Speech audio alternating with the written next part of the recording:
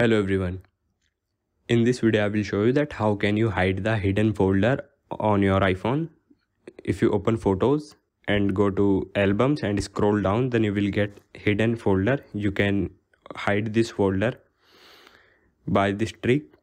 All you have to do is close the Photos app and go to settings.